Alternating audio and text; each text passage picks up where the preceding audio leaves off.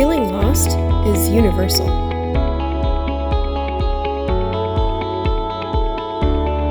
And being found can feel impossible.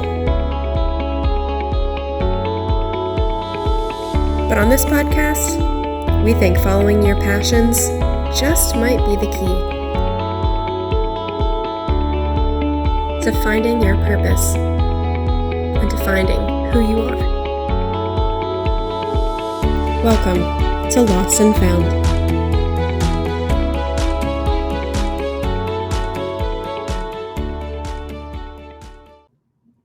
Okie doke. So, thank you for joining me. Welcome to Lost and Found. This is a new podcast that kind of delves into, trying to figure out one's passions and possibly turn them into a career or, a path that leads to like a sense of fulfillment. So I like to speak with different professionals who are in fields that, they are passionate about. And I have one of them with me today, Martha McPhee. Thank you so much. Welcome. Well, thank you. Thanks for having me. I think Lost and Found, that's what you call it, Lost, is that right? Mm-hmm. Yeah, It's a wonderful idea because I think there's so many people out there, especially young people who want to live creative lives and don't quite know how to go about it. So It's a great premise. Thanks for having me. Yeah. So I wanted to start out first with kind of describing how we know each other. So I know you as my professor from Hofstra University when I was writing my honors thesis in my senior year of college. And you helped me, you were with me, like, helping me edit my story and, make it as good as it can be. And, I always think about that. That was one of my favorite parts of all of my college experience. And I think, if I hadn't been connected with you through another professor, it would not have been as positive as an experience as it was. So that's how I know you. But I wanted you to kind of describe a little bit about how others might know you and what exactly it is that you do. So I'm a novelist, and most recently I've written a memoir called Omega Farm, which was published in 2023. I've written 5 novels, and I'm at work on a 6th. So you know me because I was a professor I still am a professor at Hofstra, where I teach fiction and creative writing. And I absolutely love doing that because I love to be a mentor to young people who are trying to sort out a creative path and are inspired by telling stories. For me, it's all about storytelling, just sort of getting through life. And so that I can do it as my creative, contribution, and as I can, and speak with students about, improving their own work. I feel really grateful that I get to do this. Awesome. So I want to kind of delve a little bit, if that's okay, into kind of what led you to this path that you're on, being a professor and being a novelist. What was the first memory maybe that you had of being interested in that? Well, when I was a little girl, I was useless in school, but even as early as the 3rd grade. And my mother, she understood something in me because I loved to play with dolls. I think that was it. And so she understood that I was a sort of a storyteller naturally with these big elaborate games with all these dolls. Yeah. And I come from a very big, extended, crazy family. And she said to me as a 8-year-old, keep a journal, write it down, write everything down. You have an interesting family, write it down. And I did. I started writing things down incoherently. But I did. And then when I was in high school, early high school, I was not doing very well in school, and a teacher gave me an extra credit assignment that could be creative. And I got an A on it, and she read it to the class. And it was, very empowering because here I couldn't do the critical essay, but she Mhm. liked this creative thing so much that it inspired me. There are other things along the way, but my mom was a really very important and powerful influencer. She and my father, who is also a writer, Mhm. they divorced when I was quite young, and my mom became a photographer, Mhm. from a housewife to a portrait photographer in our town of Princeton.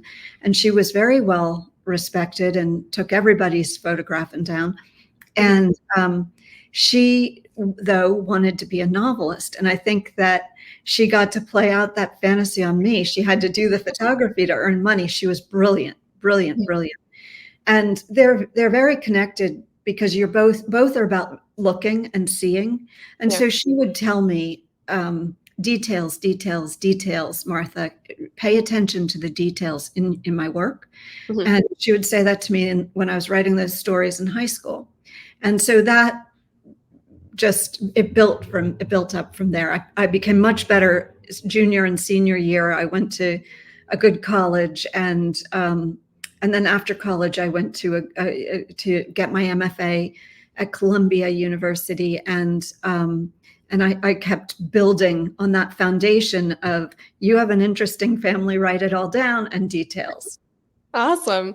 Yeah. I'm wondering, was there it seems almost like this kind of, becoming a writer was always the way, for you, like, from a young age. Was there ever a time where you thought of doing something else, or was Oh, it definitely. always writing? Oh, okay. So I never felt legitimate as a writer, Mhm. for a long, long time. Obviously when I was younger, but then even when I started writing and publishing, I always had a lot of angst because I hadn't been a good student. My father is a writer; he's quite well known, Mhm. and so I felt like an imposter. But Yeah.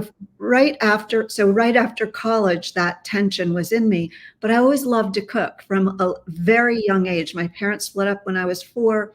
My mom got together with a man who had 5 kids. Together they had 1. My mother, I have 3 sisters. There were 10 of us. Oh my god. Somebody had to cook dinner. And you cooked dinner, you were before dinner, which meant that you didn't have to clean up. And I liked before dinner. So I started cooking, and I got very good at it because I Mhm. started at like 6, 7, 8. And by 9, I was feeding the whole table these elaborate meals. And so after college, I did think I wanted to be a chef, a cook. Mm. Yeah. And I, I, I went down that path. I had a catering company for a little bit. Oh, I wow. catered, and but I realized that if I chose writing, which I love to do, it would be the hardest thing I could ever ask of myself. And somehow I wanted to do that. I wanted to challenge myself. And Mm. maybe it was to compensate for having been such a terrible student, but I settled in on that. And here I am all these years later. Interesting. Wow. I didn't know that. I didn't know that you had, a catering company. I mean, That's it really was cool. I mean, I did it in high school. I did it yeah. in college. I did it after college. It was always a way to supplement. Some people get summer jobs doing, but I went to Italy and Mhm. learned how to make Italian food Hmm. like they make it there. It was nothing, it had nothing to do with the Italian food that we had over here at that time. Yeah. And so people loved it. So I made Mhm. these elaborate lasagnas. I made my own noodles. And I made wedding cakes, and I made Wow. all sorts of things. I really loved it. It was a fun period, but working in a restaurant, it just wasn't for me. Mhm. Do you think that was the driving force, or did you have, like, something internally kinda screaming at you saying, like, "This I love this, but it's not what's for Okay, me." I'll tell a story, which I'm a Yeah. little, I don't know if I'm embarrassed by it. My father, as I said, is a writer, Yeah. and he had written a piece around this time or a little before about the chef. And he asked the chef, my daughter wants to be, she's living in New York City, had just graduated. She thinks she wants to be a chef. What do you recommend? And he said, I recommend that she get speed down. So she should work in a hamburger joint, flipping burgers. And he set me up with a guy to go and talk to. And I went to this place, and it wasn't the fantasy. I didn't want to be in this greasy little place, making scrambled eggs and hamburgers. And I just didn't see it. And I went out on the street and I thought, maybe I could do that, but I know that I really want to write. And I know that would be the harder thing for me to do in the end, just intellectually. And that was where I was standing on a street in New York. I'm in New York now. And doing, making that decision. I can still remember it. I was 22 years old. Mm-hmm. That's nice that you had kind of like an aha moment, I guess, because I feel like a lot of people sort of want to have that where they just suddenly wake up and they're like, no, this is not it. I know what I want to do. It's this, it's not this, so I'm wondering if how would you say that you came to this realization versus like somebody who might not be able to come to a realization like this? Okay, so it was a realization right there. It was an epiphany in a way, but it wasn't the answer because it was really hard work, and I had to be brave.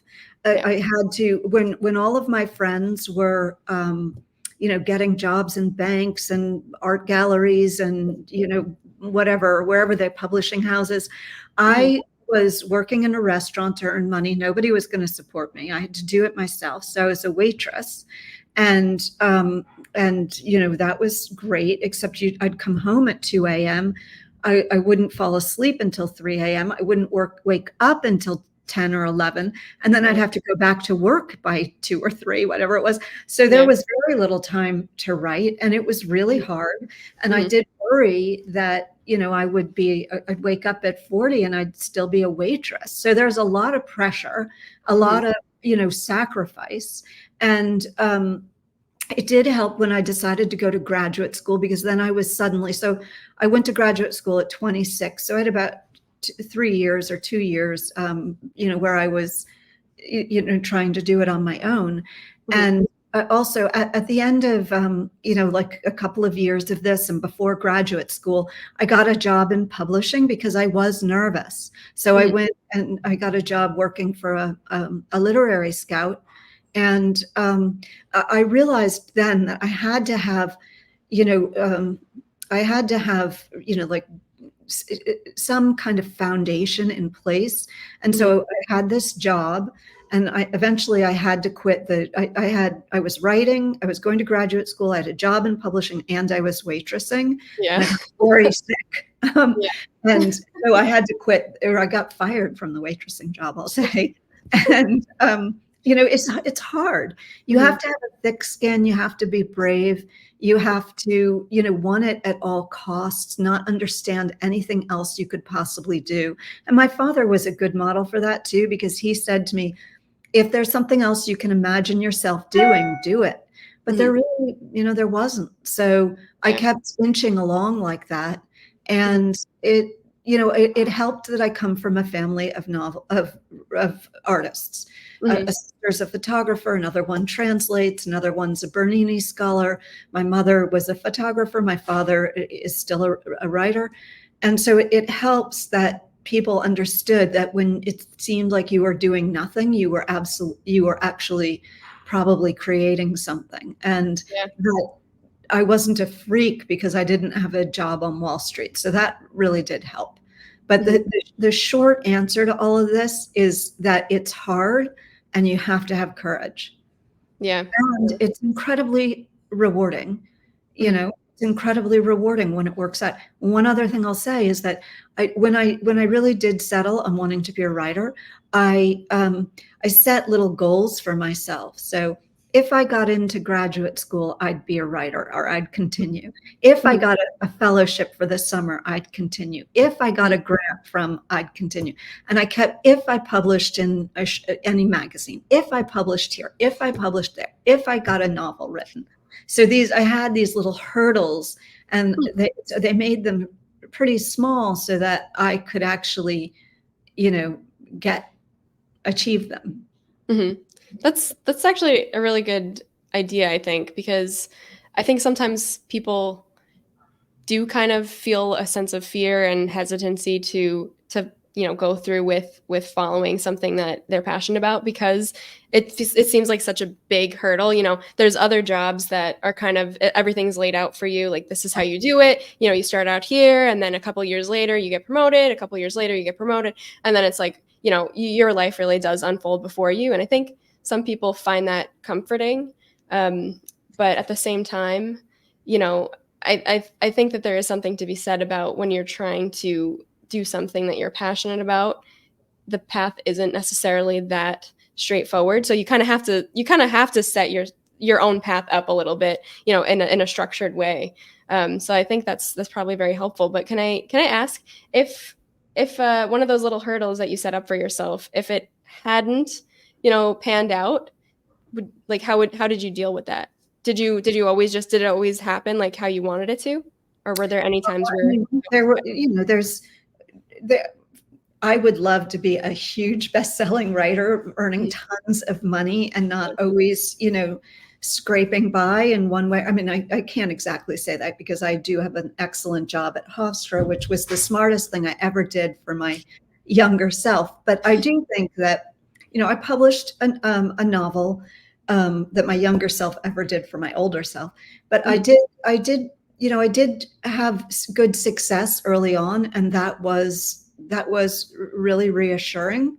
Yeah. But success isn't steady, and this market is fickle, and a lot of it has to do with the quality of the writing, of course, but also with your ability to promote yourself and to get yourself out there. And that wasn't my strength. My strength is more at my desk alone than being like a huge self promoter. So sure, things didn't always go as planned, and it's hard, like I said. So you just have to, after I finished my first novel, I thought, oh my God, I have to do this again. I have to do it all over again. It took 5 years to write the novel, and Yeah. it took 6 years to write the second novel. Mhm. And, it's really hard going when you're doing that all alone. And back to what we were saying earlier, you are, when it's structured and you've got this job where you get promoted, et cetera, and you go forward, somebody else has the path for, you're on a path that's like created by somebody, a different entity than yourself. But Mhm. as a writer, you're the architect, the CEO of all that. Yeah. And um and that can be hard, and there's certainly going to be disappointment along the way. But as you if you stick with it, and as you get some success, you publish a book, you publish some stories, it sort of helps to feed it. But there's no denying the fact that you have to have courage, Mhm. because it isn't the path. And it's some people might marry somebody who has money or the stable job. I married a poet, so um, it was but this is my life. Yeah. I've gotten to design it, and I've gotten to live it, and it's not always been easy. But I have 2 kids. I have a great job, and that's the other thing. After some successes of publishing and Mhm. getting some prizes and blah blah blah, um, then it was easier to get a stable job, and that was really a great anchor. I did not want it. I started teaching in 2002, Mhm. and I didn't want it, but because I wanted to just have my freedom to write. But Yeah. it was a blessing and the smartest thing I ever did, because Mhm. you need stability, you need a sinecure, because otherwise you're worried all the time. So Yeah. that's hard too. That's My dad said when I was when I was a child, the average annual income, this was in the like late 70s, the average annual income of a writer is $800 a year. Never be a writer. oh He my, was a writer and he was bemoaning the fact, and yeah. he was really successful. So Mhm. it's a hard Um, one. so I'm wondering if do you think that people who are maybe, listening to this or just on their own thinking about possibly trying to do something that they love, do you think they should quit their job, their regular job, or try to do it on the side, keep the steady job, and, just scrape together whatever amount of hours they can to dedicate towards this, side project until it grows?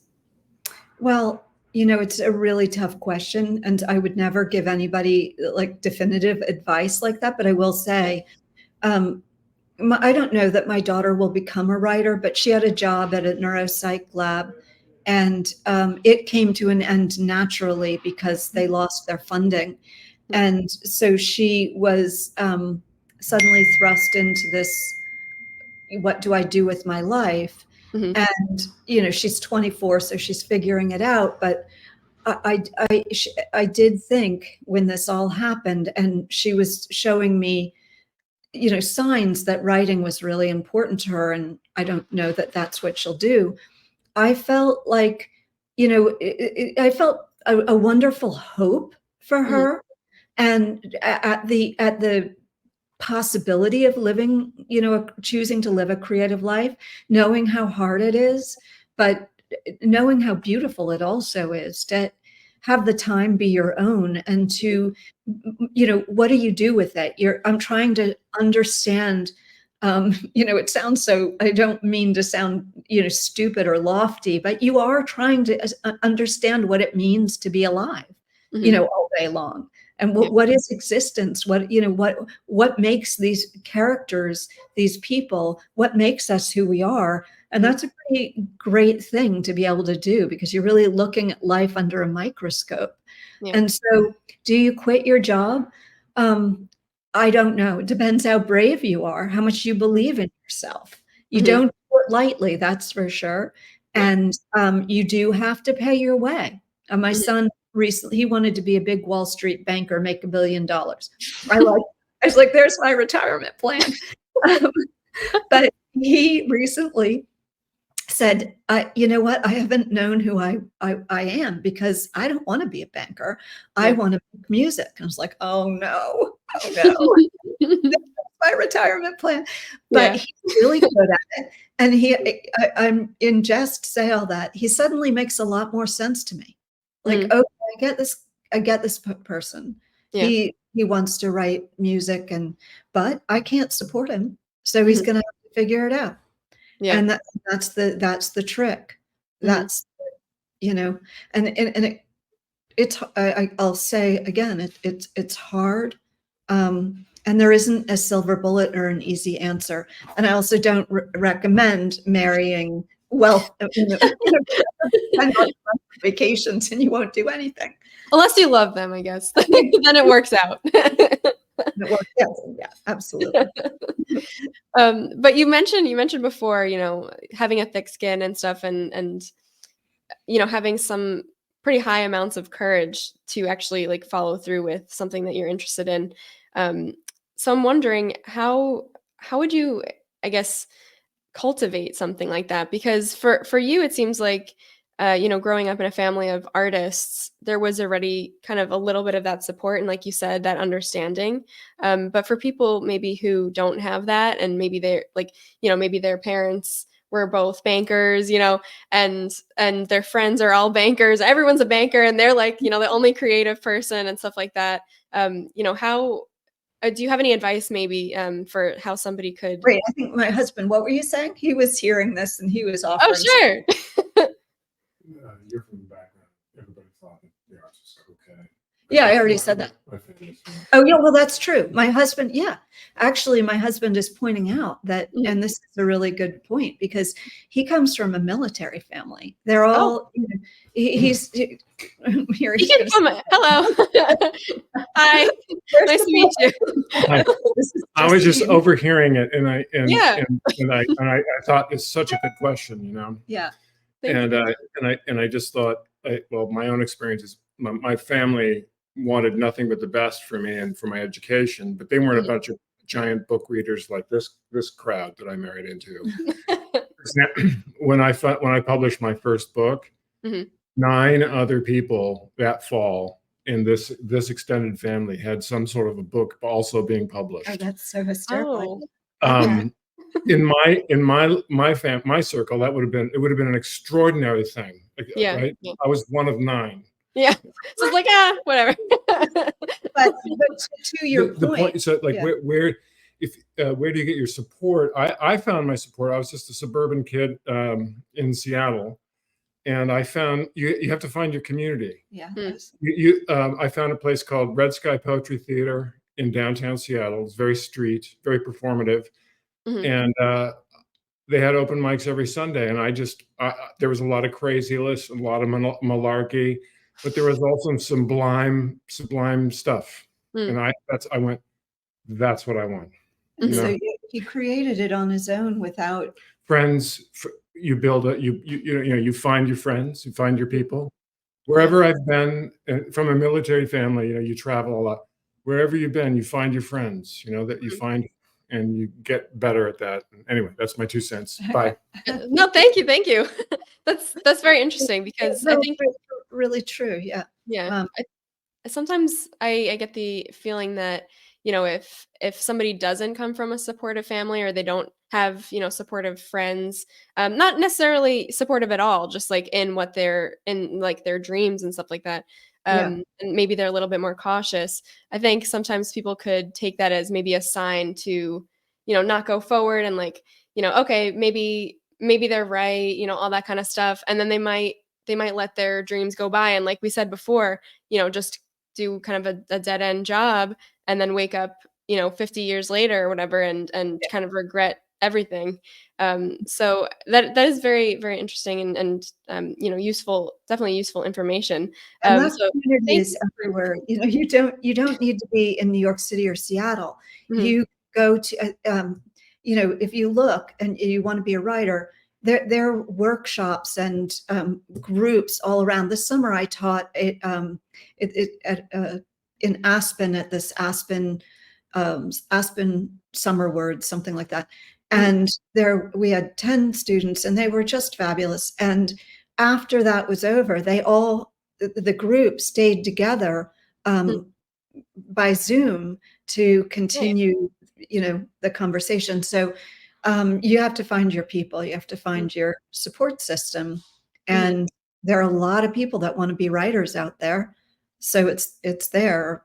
Yeah. You don't have to be a writer; it could be an artist of any kind, a Yeah. musician, like fun. You Yeah. find your people. Mhm. So I do kind of want to go into talking a little bit about, passions versus purpose. So I'm wondering, just kind of to start off, do you feel like, would you say that, writing? I assume it is, but would you say that, it's your passion? That's, what you're most passionate about? Um, I don't know. I'll tell you this. I was the other day. I was gardening at my mother's house Mhm. got up at 7 and I didn't quit until 7. So 12 Yeah. hours. And I did that for multiple days. And then I was talking to my dad on the phone. He's 93, but he's still writing. He's written over 30 books and he's still Wow. writing. I said, Dad, why am I doing this? It's not even my house. My mother's got advanced dementia. We're probably going to have to sell it. I was just, and he said, it's because you're a writer. You're Mm. procrastinating. You'd rather be out there gardening than doing the hard work. So I have lots of passions. I love to cook. Mhm. I love to be with my friends. I love to read. I love to keep my journal. I keep a journal. And but yeah, I do love to write, but it's hard. I mean, I keep saying that's the Yeah. theme of this interview is it's hard. Um, Yeah. so I'm trying to sort something out right now in a novel I'm working on, and I avoid it because you have to go through a grind of hearing yourself do stuff that isn't what it's going to end up being, but the process is hard. So a passion for me is romantic and all encompassing, um and like all beauty. And this isn't. It's got a lot of different facets, but I will say, where when you hit it right there, it's like nothing else. There's Mm, no gardening or cooking that can get that that sense of accomplishment and that reward interpersonally, mhm, of when I feel like I got it. mm, So yeah. That's definitely, I would say very beneficial to just kind of realize if somebody is trying to follow their passions that it's not easy. Not only the path to, making it into making it into something successful, but also just doing it itself isn't easy. And I think sometimes people want it to be easy, Mhm. because it's something that they do enjoy.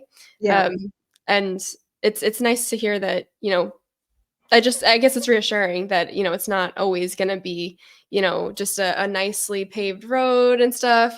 There might be obstacles in the way, beyond just getting somebody to, if you're a writer, read your story or something like that. If you're a musician, listen to your music. It's definitely You have interesting. to think of it as work. It's Yeah, work. yeah. Maybe my hesitation with passion is that, um, it feels to me, and I might be completely wrong about this, but that it leaves out the work Mm, aspect, you know? mhm, And the work is really important, that you show up, that you sit there, that you do it, yeah, that you struggle through the stuff that isn't working, that you remember what it means to be at the desk, mm, um, that it's not just typing away, it's also reading, it's also, looking at the world, that everything's feeding it. And so you've got to, it's work. yeah. Uh, and So it's work. is there a better word you think than passion, like, that kind of gets that point across that there is work in it? Well, I mean, I think passion is okay, but I think that I just think it's complicated. I don't know that there's one word. If Mm, you want to do it, if you want to live a creative life, I think it is incredibly rewarding, mhm, and it's hard work. yeah, Um, the two really, what makes it so rewarding is the hard work. mm, Yeah. yeah, Uh, yeah, but you have to be brave because you are the architect of your time and what you're creating, and how you're putting all that time to good use, because I mean, I don't know how much one is willing to sacrifice. That is such a personal thing. I mhm, was not willing to sacrifice having children. yeah, I didn't need to own my own home. I mhm, could have if I had moved out of New York City, but so New York was important to me, obviously. mhm, Um, but there's certain things that I was fine not doing, but other things I weren't. Like children. No, I wanted my children. hmm, I wanted to marry my poet. yeah, So I was, so you do have to have a good sense of who you are mm, and what you want. mhm, Um, yeah, and you can really do it blindly, but you can't also know all the answers. It's like a riddle. mm. It's definitely it's interesting because, like we were saying, I feel like, people who want to maybe follow their passions, they could think of it as, like I was saying before, as something that's super easy. Not the work itself that goes into it, but just like as soon as you find that thing that you're passionate about, and realize that, everything should work out how it's supposed to, without the obstacles. But I'm wondering now, kind of in a slightly different direction. So, you kind of always had writing in the back of your head, and again, you grew up around artists and other writers and stuff like that. But I'm wondering, do you have any advice for people who might find that they do want to do something that's a little bit more outside the box than a 9 to 5 typical job, but they might not really know what that is. They know that they're creative in some sort of way, but they don't know exactly how or like which direction to go down. So I'm still on the passion thing because I am thinking of my son, and it might be related to this question as well. Because I mean, I knew he loved to listen to music, Mhm. but I didn't know he liked to make it. And he's making electronic music. I know Yeah. he took piano lessons forever, but I had no idea he liked to write lyrics. Mm. Um, I had no idea he had a sense of rhythm. I just didn't know Mm. these things. And he will get really lost in this music. And so that is a clear passion. Mm. I mean, that is when he says, he too struggles with school. And he said, I don't struggle when I'm doing this. Mm. It's like it embodies him. And I think that's a really beautiful thing. And maybe my husband's like that with the poetry. Like he can be there forever. I am more practical though, because I'm concerned with how I, you know, how I pay the bills, or how I get to go on that vacation that I want to go on, or buy that Yeah. ring that I like, I mean, because I do like nice things too. Mhm. Um, but I do think that, that it is, you know, um, I think you have to pay attention Mhm. to, like, my son. And, I think he started paying attention to the fact that he really likes music. Mhm. And then that led him to try to make his own on GarageBand or whatever it is. And then he stepped up from there, and then stepped up from there. Mhm. And I think that that's how he followed it. Like if I had wanted to be a cook, or wanting to be a novelist, you do have to follow a thread of interest, right? Mhm. Yeah. Um, but I don't know. I think it's so hard to have these answers. In general, I don't have answers. I'll say that, but I Mhm. do think in general, that that you have to have an urge somewhere, right? Mhm. If you're thinking, I'd rather do something creative, there must be something Yeah. inside of you, and then you have to tease that out, Mhm.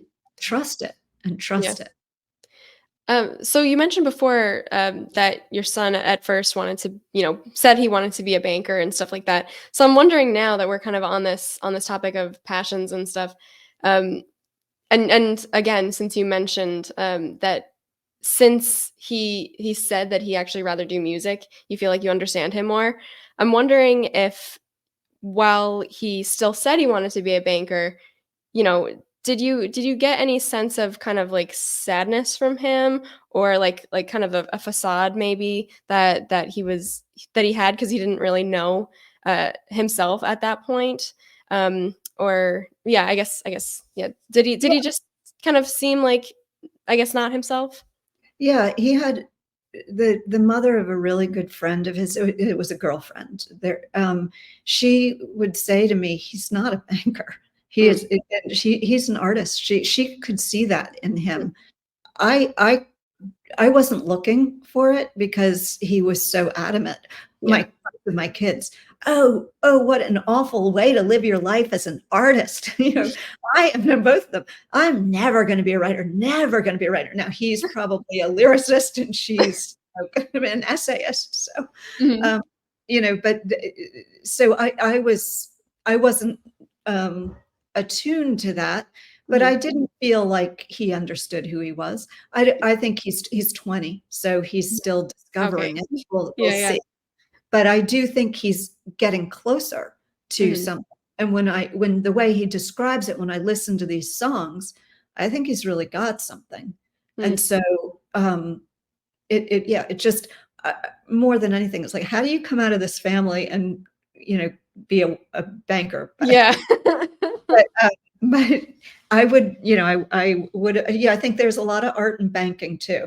So, That's the thing, I definitely don't wanna ostracize, people who are in not, jobs that are not necessarily considered creative, because of course, any job can be something that somebody's passionate about, Yeah. or there could be a sense of creativity to anything. I think it just tends to be that more, like, artistic maybe type jobs are the ones that are linked with passions and stuff like that. But there could definitely be like a mathematician out there who's very creative, and like that's their passion and all that kind of thing. So yeah, all the bankers out there, don't feel Well, like we're let me calling you just say this. out. Not at all, not at all. And anybody else, everybody else, you don't. But I do think that, and I think maybe this has been studied. I think that I'm sure it has. That our creativity is sort of educated out of us because there's a lot of concern with jobs. So in the public school system, there isn't as much attention to the arts as there is to the math and science side of things. Yeah. Even to basic writing, Mhm. there's less attention paid. And I understand how this has evolved this way. But and then there's this notion that you're either creative or you're not. You're Yeah. either like a sciencey person or you're. The Yeah. brain isn't like Right that. The brain. brain, Yeah. but it's a myth. The right brain, left brain. Yeah. There is the creative brain, and Mhm. given the opportunity, everybody is creative and Mhm. everybody wants an outlet. Who doesn't want to try to understand what it means to be alive, Mhm. Mhm. um, so and you can do that through music. You can do that in so many different ways, and you can do that having a job on Wall Street. You Mhm. have a creative outlet, and Mhm. tapping into that creative outlet, no matter where you are, is wonderful, and I think important for the soul. Mhm. So, um, Yeah. yeah. It's definitely it's true because you mentioned that it's kind of educated out of us. Even I went to a Catholic high school, and even then, they were telling us STEM, STEM, STEM, STEM, STEM. You better be in STEM, otherwise, you're not gonna have a job. And I'm thinking to myself, I'm like, I mean, I always liked science, like the principles of science. Like I love plants, I love animals. I love like watching, things happen in nature and stuff like that. Like that's always been interesting to me. That's never how we were taught science, at least in my Yeah. experience. It was always like, I guess I don't know, formulas and stuff like that, and stuff that I wasn't interested in. And same with math. I'm like, I mean, I used to love math, but it became, not creative enough for me, I guess. And so I'm That's thinking to myself, what am I supposed to do? I like being creative, but everybody's telling me I'm never gonna have a job. So it's definitely very daunting. Well, I mean, I don't know where things stand now, but Yeah. I do believe that how many scientists can you have in the world, right? How Mm. many coders can you have? You Mhm. need to have somebody who can market that coding, Mhm. or who can think creatively.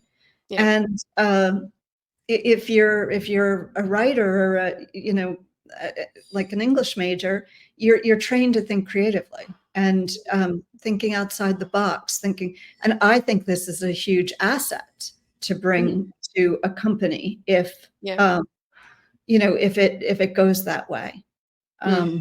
Like if your career ends up going that way, like you go in deep to this creative desire that one has, and maybe it after 10 years of it, and you're 30 and you're or 28, and it's not panning out the way you wanted. You can always pivot, and you have something huge to offer, Mhm. because you've trained yourself in thinking outside the box, basically, Mhm. as a Yeah. creative person. So I think it doesn't have to be all or nothing. I get it. I guess is what Mhm. I'm trying to say. You can be, a Wall Street guy or girl, and still feel like there's a creative side to you, and you can be a writer and still, feel like there's, the numbers side, plant side, or Mhm. there's a way to combine them. Mhm. So would you say then that it's maybe do you think it's a trap to think that you should try to turn your passions into a career? Do you think that could be a trap for some people? Or do you think maybe everybody should try to do that one day? We're also individual. Yeah. So I don't think it's a trap. I think if you follow, like what I would say to my daughter, what I have said to her is, this is your life. It's your canvas. You Yeah. get to create it. You get to do that. Mhm. And what does that mean for her and for my son? They're going to be very different than, my friends, one of kids, friends' kids, right? Mhm. So you have to make the choices that are right for you. But, um, but so I don't know that there's one easy thing. All I do know is that if you do want to live a creative life, it's hard and it's rewarding, Yeah. and it's good if you can get a job that can help you support it, like I do with teaching. Like there are good companion jobs Mm. um, for it. But I think that a little period of bold, commitment and throwing caution to the wind and getting down and dirty and working really hard on the craft, the creative thing that is your genre, your area, is really rewarding. Mhm. So I'm wondering also, how would you say that pursuing this and going forward with becoming a writer and all that stuff, um, how would you say that has affected you as a person? Aside from the work, like, do you think that it's shaped who you are? Oh, certainly, 100%, because I spend just the way I spend my days. I don't spend my days in an office Yeah. with colleagues and in that kind of way. I mean, I teach, so I spend my days with students and Mhm. my colleagues from the English department, but most of my time is alone at my desk, and trying to pull something out of nothing. Mhm. And so that's shaped me, just in many ways, just because of the quality of how I have to live that, but also because of some of the limitations, financial limitations, and some of the you know I have no idea what it's like to go to work every day in an office. Honestly, I don't know. I have a lot of free time, it seems. My kids, they didn't understand whether I was a stay-at-home mom. They didn't know what I was. As you're around That's all the time, but what do you That's do? nice though. That probably was nice that you got to, like nowadays because of COVID, a lot of it is because of COVID. I think, people do get to kind of work from home more and it's become more of a normal thing. But, back then when you were raising your kids, that must have been a nice, I guess, a nice way to live, definitely. Because a lot of people who are working, they don't get to do that, right? And Yeah. so they have to like put their children into, daycares or have nannies watch them and stuff like that.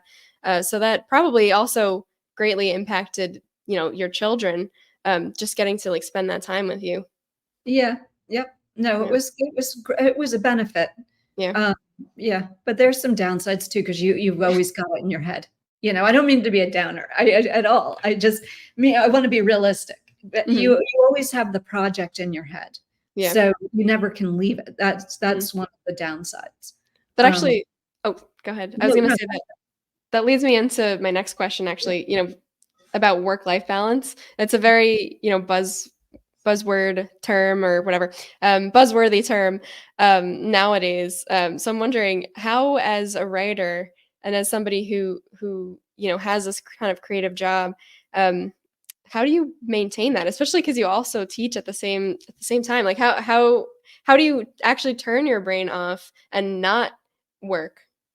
well, if there's a danger of being too precious. Like, I think the ideal situation, I wake up early, and the ideal day for me is I get up, let's say 5. Sometimes it's 4, but 5, and I work for 2 or 3 hours or 4 on Mhm. my project, and then it's 9 or 10 o'clock, and I'm ready to go for the day. And then then if I'm doing, I have aging parents. My mom is very sick with advanced dementia. I have all of that extra time to give to her, and to be around near her, and to shop for my dad, food shop for my dad. And so I try to do it by waking early. And then also, but by trying to, and I've done this from the very beginning, is have holidays with vacations with my kids and my husband, so that we're, doing stuff together as a family. And we always ate dinner together. They're no longer at home, so we don't have that. But my husband and I will eat dinner together. The meal is sacred. And so, yeah, you don't, my husband gets a little too lost in the work, and he can be there nonstop. I like to separate. Yeah, it's a good habit, because I think, especially if you're like really invested in something, you can kind of have trouble shutting that part of your brain off. And it kind of goes into, a bigger picture type thing of like living in the present, which living in the present is also just very hard in general too. So I think maybe that's kind of the key to it, is honing your skills of being present, and maybe that could kind of help create the work-life balance. Because I know for me with my jobs, even if I'm not there, like I've never had a job where I've had to really take it home. My dad is definitely like that. He works all the time.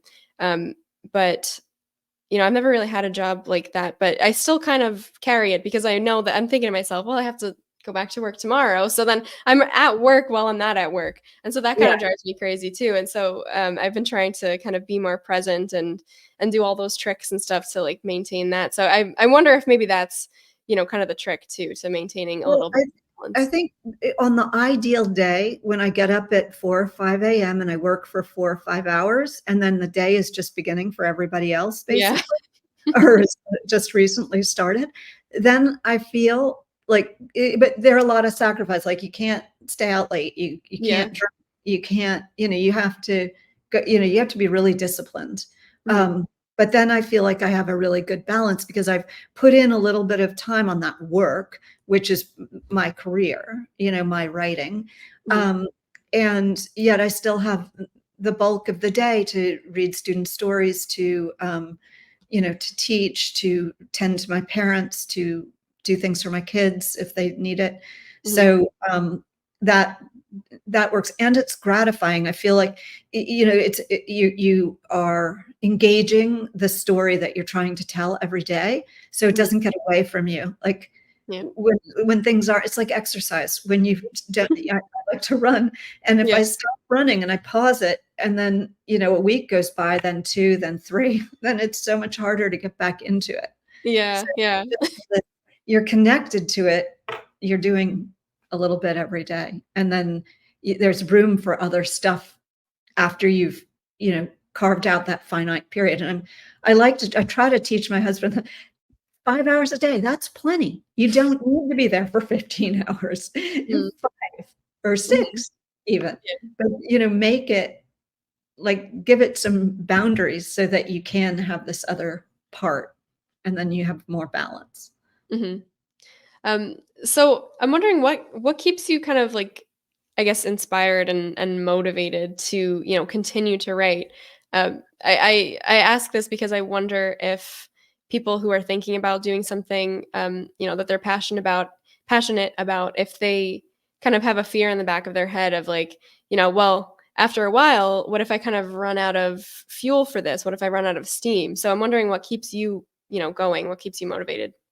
Well, just new ideas. So I'm never worried about ideas coming along. But but if I mean, I've published 5 novels. I've published a memoir. I'm at work on a 6th memoir. I mean, a 6th novel, and I know I have another memoir that I want to do, and another novel after this. That's enough. Like, if I get those things done, I can retire. You know what I mean? But something else is going to come along in my imagination, because that's just the way it works. Something strikes you, you've had some experience, and you want to tell about it. That's the thing with the art, is that it is about wanting to express. I just wrote an article for Vogue on taking Xanax, and I accidentally fell into taking Xanax, and I woke up 17 years later, and it was a very, very mild dose, but I took it every night or most nights. And I, um, I had to stop it. Mhm. And so it never would have occurred to me to write about this. Yeah. But I felt like I wanted to share that because it was a powerful, like, wake up call. And so these things come along. Like I hadn't 2 years ago, if you had asked me if I would want to write about Xanax, I would have said, "What are you talking about? Stay away from my Xanax." um, but then stuff happens. Or my mother has this wonderful caregiver, and we have this really great friendship, and it's complicated, and I'm trying to understand it. And so I want to write about it. Joan Didion said, "I write to understand what happened." And Mhm. so stuff is constantly happening to us. So we're Mhm. going to constantly want to be, writing about it Yeah. and telling it. I want to write about, being a mother, maybe some of the things I wish I had done differently, some of Mm. the things I did right. So I want to write about marriage. These things are, there percolating inside of me. So I think if we're looking, if we're paying attention to ourselves, we're going to keep having material. Yeah. That kind of leads into another question. You were mentioning that you want to write about, these different things and write about, your experiences with, motherhood and marriage and all that stuff. And then the Xanax article that you mentioned. So I'm wondering, kind of along the lines of you writing those, what impact do you hope that maybe your work has? And that includes teaching as well. Do you ever kind of think about, the impact that you might have, or do you just kind of try to be present and not think about the future like that? I don't think that you can overly direct that, but I can say that, I mean, look, I felt like I had a public service announcement with Xanax because I'm Mhm. not alone. A lot of people were taking that like I was, unaware that of the damage it can be doing, taking Mhm. it incorrectly because it's meant for a very specific thing. It's not meant as a sleeping aid. But Mm. there are many, many people who were taking it or do take it like I do. Yeah. And so that was this one thing. So yeah, in that case, I hoped it would have an impact. And almost every day I get emails and letters about thanking me for having written it because it's their story.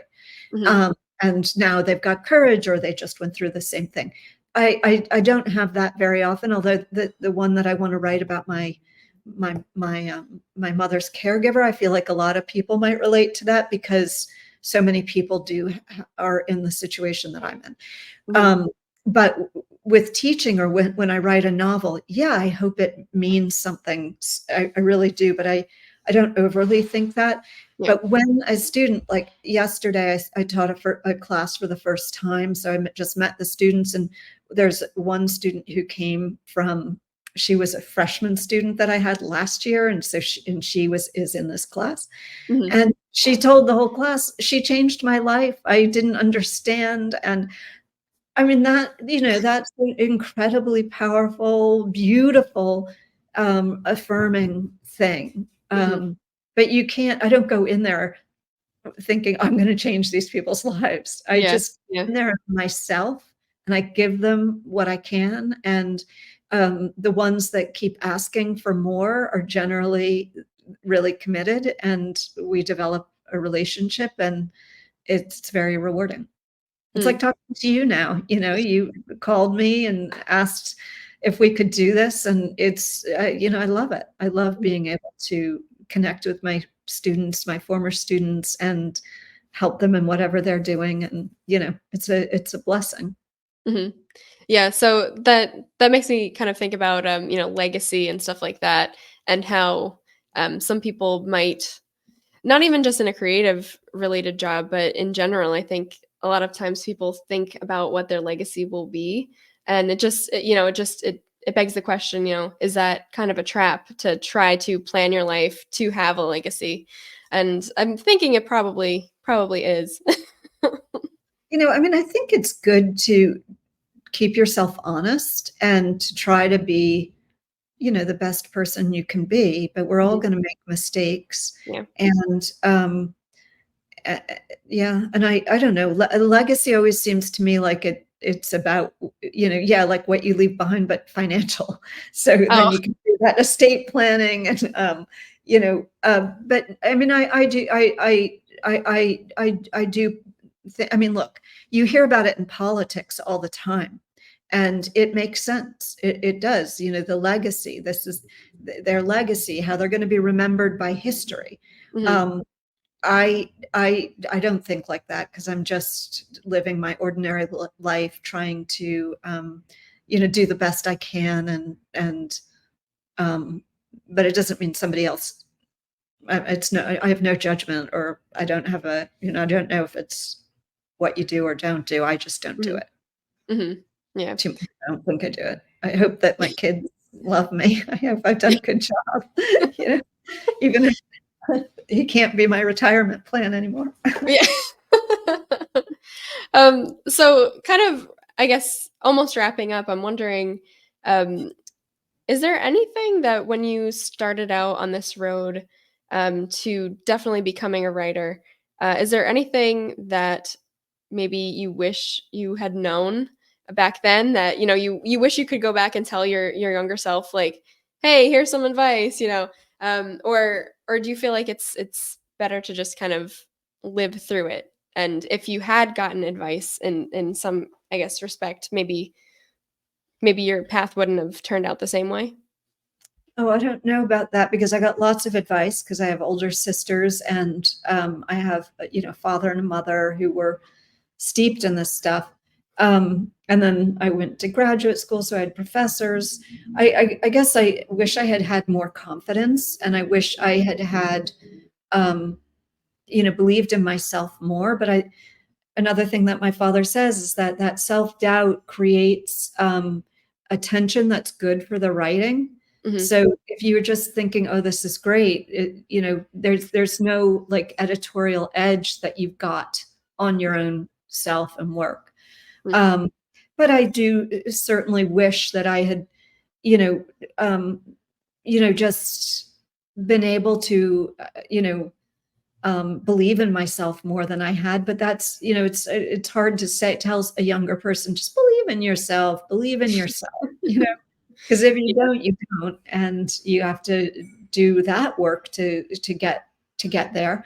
mhm, Um, I think if I had known how hard it was, I might not have done it. But I also am happy that I sort that there was this, that it was more mysterious, and that I thought I could scale this mountain, and I did. I sometimes sloppy, sometimes not so sloppy, sometimes really strong, sometimes not as strong.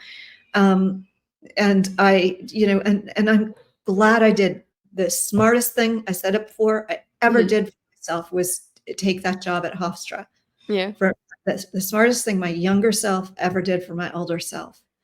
Um, but I think we need to believe in ourselves. And I think there's a reason why we want to do this, and to mhm, trust it, and to look at it and interrogate it, and to let it come out, and not push it away. Let it mhm, breathe, and find a way to support it. mhm, yeah. No, it's definitely true, and I think people can do that, like we were saying earlier, through, either making it a career, making it a side job, or just, um, as a hobby too. Um, just it probably is very important to the brain too, to just have that outlet like we were mentioning before. Um, Well, if it's a hobby, keep a journal and have mhm, fun in that journal. Write down what you observe, glue in flowers, put in all photos that fall off the fridge, take notes, write lists, have fun in a journal. If it's something you want to do because you want to start publishing short stories or sell paintings or whatever, engage it every day if you can, mhm, even only for a few minutes, engage it every day. mhm. Um, that would be my advice. Yeah. And before you were mentioning before about like imposter syndrome too. Well, you mentioned that you felt like an Yeah. imposter. Yeah, yeah, And yeah. that makes me think, of course, of, imposter syndrome, because that's another like buzzword nowadays. And Yeah. I was talking to somebody else, another one of my guests at one point who she was mentioning that she also felt that kind of sense of imposter syndrome, and she found, just like, as her life was going on, that just by gaining um, more knowledge and more experience and things, that kind of sort of went away, because she was able to actually, um, she had experience and know-how behind what she wanted to do, so it kind of helped her not feel like an imposter. I'm wondering if you've had that same experience. Yeah. Yeah. She's put that very well. It's relatively recently too. I published a novel in 2010 called Dear Money, and then I wrote the next novel, An Elegant Woman. Took me 8 years to write, and 10 years between publications. And in that time, it was awful. It was really hard. Mhm. My kids were at a difficult age, for parenting. And I wasn't figuring it out. I wasn't getting it. And I just felt like I was over.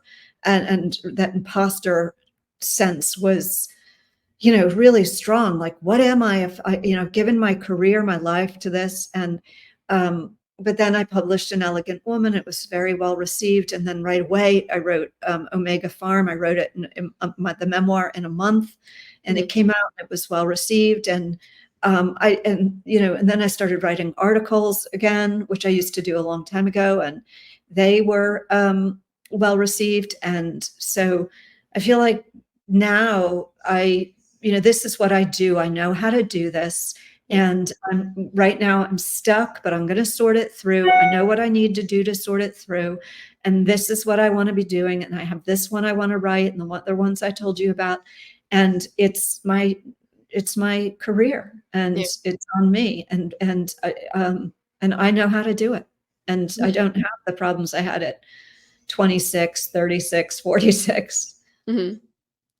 It seems like a lot of it is also just pushing forward too, like just never giving up, even when you have those obstacles. Um, Yeah.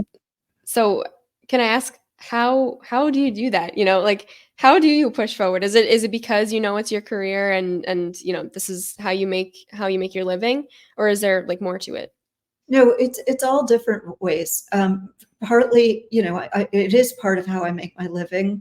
And I had two children in private school, so I had, and now one in college, and it's taking him longer than I wish it were. So I have these motivating factors, and Mhm. they do propel me. Mhm. Um, they do when I'm like, "Ugh, I don't want to look at that scene, and I don't know what's happening." I think, you've got another tuition bill. So I think at least I need to look at the scene, not that Mhm. the writing, it's one part of how I earn a living. So, which is often the case. Um, but yeah, you push through, and you.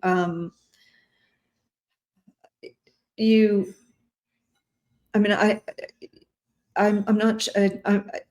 I'm not sure. I'm not sure. You just push through. Yeah. Mhm. And you don't get precious about things. And um, uh, it is what I want to be doing, and it does make me happier. And I am Mhm. happy when I am writing, Yeah. and I feel better. I feel more complete. And so Mhm. it's like when I run, I feel good. When I Mhm. don't run, I don't feel good.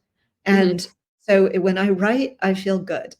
Yeah. Um, and then the things I read, I need to read. If I'm Mhm. not reading, I'm generally not writing. Yeah. So knowing all of the knowing all of the little pieces that need to be in place, Mm. um, to to keep it going. Mhm. It does kind of bring another question to mind.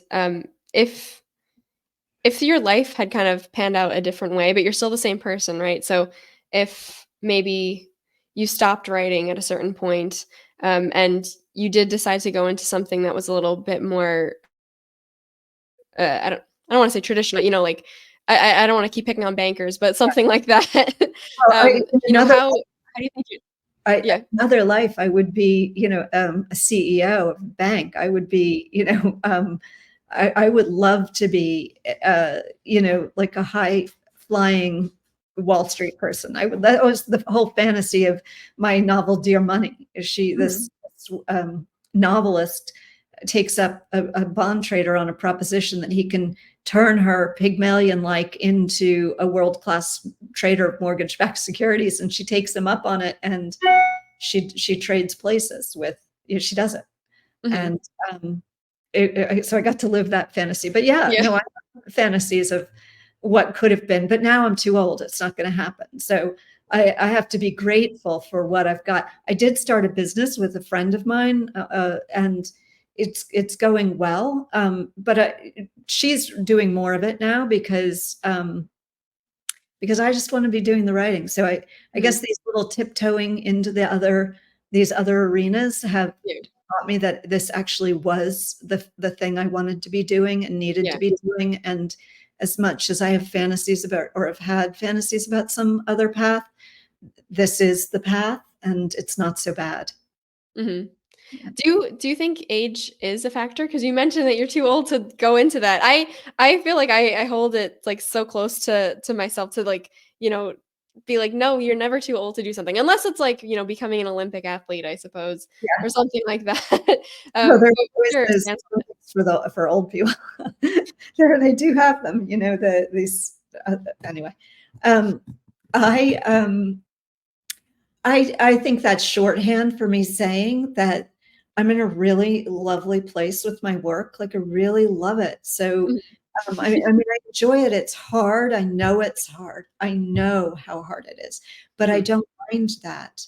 I Mhm. know that what I need to do to push through this scene, and just imagine this. I have this, I have this book, like, partly written and on the page, and then partly the rest unwritten.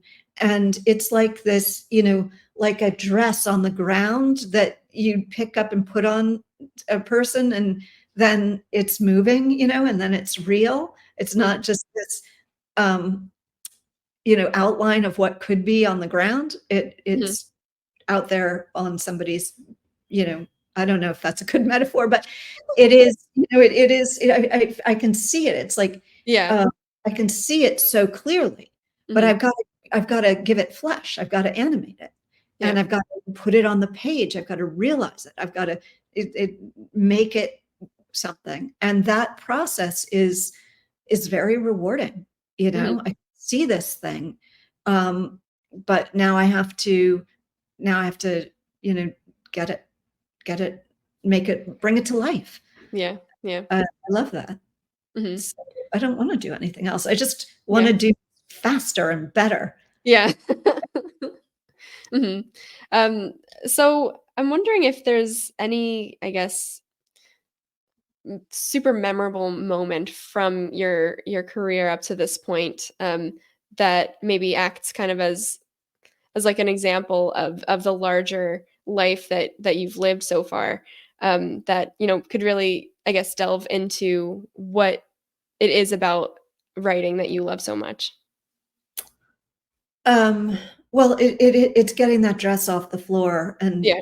it is the struggle with An Elegant Woman that took me 8 years, and I was really wrestling not just the novel; it's the story of a woman's life over the course of 100 years.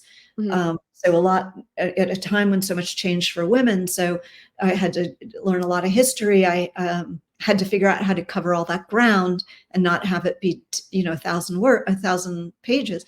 Hmm. Um, so when I'm able to sort that stuff out, going from it being just an idea to it being a book that I can hold in my hands, is a it's just so rewarding. And that's happened for me 6 times, and I can't Yeah. wait for it to happen a seventh, eighth, and a ninth. That I know I have those books in me, Hmm. and that is the reward. Or taking a short story and sending it to the New Yorker and having them publish it, Mm. or Yeah, another thing I wrote about, I had a chicken. I had this chicken. It would never have occurred to me to write about a chicken. I had a flock of chickens at the beginning of the pandemic.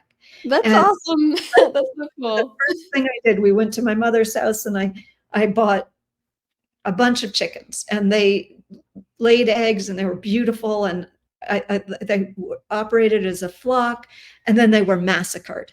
And I went out and bought, all but two were massacred. I went out and bought more because I was so devastated, Oh my and they were massacred. And then this of the two, which we loved these two, one had a distorted beak, mm, crooked beak, and she survived. She was just sitting in her cubby, all these massacres in her little testing box, and she survived. And my mother's caregiver said, "You've got to bring her to the house." We brought the chicken to the house, put her in a dog crate, and she lived in the house. And at night, during the day, she'd go out and roam the yard, and then she'd come back in, knock on the door, and Aw. she ruled the roost. We had three dogs, and she schooled them. They stayed away from. She wanted to play with them. She ate their food, Aw. and she started laying again. She was so cool. We called her Ladybird, and I just loved her story. And so I wrote about it. And I realized, there's so much you can learn from a chicken, about love. Like, I had so much love for her. I could make myself cry right now. Yeah. And so I wrote that, and that I get to do that with my life is fabulous. And it was published in the New Yorker, on their online. And it was so rewarding. I got the most beautiful things about it. And then maybe 9 months later or so, last December, she was eaten by a fox, and it Aw. was so devastating.